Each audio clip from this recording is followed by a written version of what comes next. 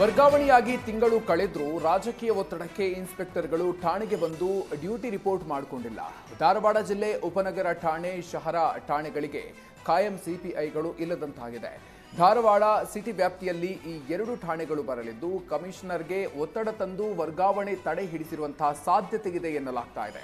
ಅಕ್ಟೋಬರ್ನಲ್ಲಿ ಶಹರ ಠಾಣೆಗೆ ಸಿಪಿಐ ರಮೇಶ್ ಹೂಗಾರ್ ವರ್ಗಾವಣೆಯಾಗಿತ್ತು. ಆದರೆ ಸಿಪಿಐ ರಮೇಶ್ ಹೂಗಾರ್ ಕರ್ತವ್ಯಕ್ಕೆ ಹಾಜರಾಗದಂತೆ ತಡೆ ಹಿಡಿಯಲಾಗಿತ್ತಂತೆ.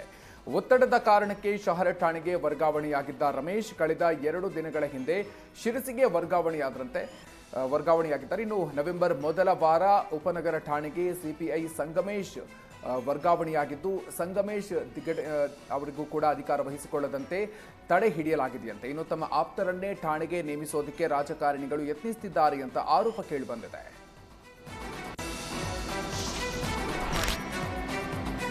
ಮಹಿಳೆಯರಿಗೆ 1 ದಿನದ ವೇತನ ಸಹಿತ ಋತುಚಕ್ರದ ರಜೆಗೆ ರಾಜ್ಯ ಸರ್ಕಾರದಿಂದ ಅಧಿಕೃತ ಆದೇಶ ದೊರೆತಿದೆ. ರಾಜ್ಯದ ಮಹಿಳೆಯರ ಕ್ಷೇಮಕ್ಕೆ ರಾಜ್ಯ ಸರ್ಕಾರ ಋತುಚಕ್ರದ ರಜೆ ಘೋಷಿಸಿದ್ದು, ಸಂಪುಟ ಸಭೆಯಲ್ಲಿ ಈ ಬಗ್ಗೆ ತೀರ್ಮಾನವನ್ನು ಕೈಗೊಂಡಿತ್ತು. ಇದೀಗ ಸರ್ಕಾರ ಅಧಿಕೃತ ಆದೇಶವನ್ನು ಹೊರಡಿಸಿದ್ದು, 18ರಿಂದ 52 ವರ್ಷದ ಒಳಗಿನ ಮಹಿಳೆಯರಿಗೆ ಪ್ರತಿ ತಿಂಗಳು 1 ದಿನ ಋತುಚಕ್ರದ ರಜೆ ನೀಡೋದಕ್ಕೆ ಆದೇಶಿಸಿದೆ. ಆಯಾ ತಿಂಗಳ ರಜೆಯನ್ನ ಆ ತಿಂಗಳಲ್ಲಿ ಮಾತ್ರ ಪಡೆಯೋದಕ್ಕೆ ಅವಕಾಶವನ್ನು ನೀಡಲಾಗಿದೆ.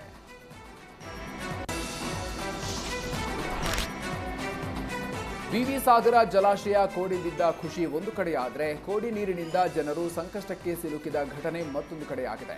ವಿವಿ ಸಾಗರ ಜಲಾಶಯದ ಹಿನ್ನೀರು ಪ್ರದೇಶದ ಗ್ರಾಮಗಳಿಗೆ ಸಂಕಷ್ಟ ಎದುರಾಗಿದ್ದು, ಚಿತ್ರದುರ್ಗ ಜಿಲ್ಲೆ ಹೊಸದುರ್ಗ ತಾಲೂಕಿನ ಬಂಟನಹವಿ ಗ್ರಾಮದ ಶಾಲೆ ನೀರು ನುಗ್ಗಿ ಜಲಾವೃತ ಆಗಿದೆ.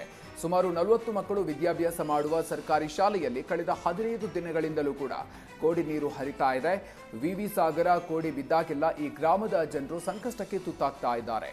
ಪ್ರತಿ ಬಾರಿ ವಿವಿ ಸಾಗರ ಜಲಾಶಯ ಕೋಡಿ ಬಿದ್ದಾಗ ನಮ್ಮದು ಇದೇ ಪರಿಸ್ಥಿತಿ. ಈ ರೀತಿ ಶಾಲೆ ಮುಳುಗಡೆ ಆದರೆ ನಮ್ಮ ಮಕ್ಕಳನ್ನ ಶಾಲೆಗೆ ಕಳಿಸೋದು ಹೇಗೆ? ಇತ್ತೀಚೆಗೆ ಸರ್ಕಾರಿ ಶಾಲೆಗೆ ಮಕ್ಕಳು ಬರುವ ಸಂಖ್ಯೆಯೇ ಕಡಿಮೆ ಆಗಿದೆ. ಶಾಲೆಯ ಮುಂಭಾಗದ ಆವರಣದಲ್ಲೇ ನೀರು ತುಂಬಿರೋದ್ರಿಂದ ಆತಂಕ ಹೆಚ್ಚಾಗಿದೆ ಅಂತ ಪೋಷಕರು ಆರೋಪಿಸ್ತಾ ಇದ್ದಾರೆ.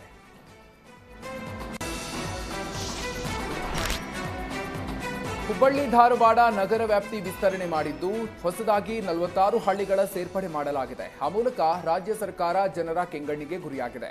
ಸರ್ಕಾರದ ಈ ನಿರ್ಧಾರಕ್ಕೆ ತೀವ್ರ ವಿರೋಧ ವ್ಯಕ್ತವಾಗಿದೆ. ಹುಬ್ಬಳ್ಳಿ ಧಾರವಾಡ ವ್ಯಾಪ್ತಿಯಲ್ಲಿ ಈ ಹಿಂದೆ 46 ಗ್ರಾಮಗಳಿತ್ತು. ಇದೀಗ ಹೊಸದಾಗಿ ಅಷ್ಟೇ ಗ್ರಾಮಗಳ ಸೇರ್ಪಡೆ ಮಾಡಲಾಗಿದೆ. ಹೊಸ ಸೇರ್ಪಡೆಯೊಂದಿಗೆ ಹಳ್ಳಿಗಳ ಸಂಖ್ಯೆ 92ಕ್ಕೆ ಹೆಚ್ಚಳವಾಗ್ತಿದೆ ಅಂತ ಜನತೆ ಆಕ್ರೋಶವನ್ನು ಹೊರಹಾಕ್ತಿದ್ದಾರೆ. ಹೆಚ್ಚು ಹಳ್ಳಿಗಳ ಸೇರ್ಪಡೆಯಿಂದ ನಮಗೆ ದೊಡ್ಡ ಮಟ್ಟದ ಆರ್ಥಿಕ ಹೊರೆಯಾಗುತ್ತೆ. ಮನೆ ಟ್ಯಾಕ್ಸ್, ನೀರಿನ ಟ್ಯಾಕ್ಸ್ ಹೆಚ್ಚಳವಾಗುವ ಭೀತಿ ಇದೆ. ತೆರಿಗೆಗಳ ಏರಿಕೆಯ ಜೊತೆಗೆ ಕೃಷಿ ಭೂಮಿಗೆ ರಿಯಲ್ ಎಸ್ಟೇಟ್ ಮಾಫಿಯಾಗಳು ಎಂಟ್ರಿ ಕೊಡುವ ಅವಕಾಶ ಮಾಡಿಕೊಡಲಾಗ್ತಿದೆ ಅಂತ ಸಾರ್ವಜನಿಕರು ಆರೋಪಿಸ್ತಾ ಇದ್ದಾರೆ. ಗ್ರಾಮ ಪಂಚಾಯಿತಿಗಳಿಗೆ ತೆರಿಗೆ ಕಟ್ಟಲಾಗದ ಪರಿಸ್ಥಿತಿ ಇದೆ. ಹೀಗಿರುವಾಗ ಹೊಸದಾಗಿ ಹಳ್ಳಿಗಳನ್ನು ಪ್ರಾಧಿಕಾರಕ್ಕೆ ಸೇರಿಸೋದು ಸರಿಯಲ್ಲ ಅಂತ ಕಿಡಿಕಾರಿದ್ದಾರೆ.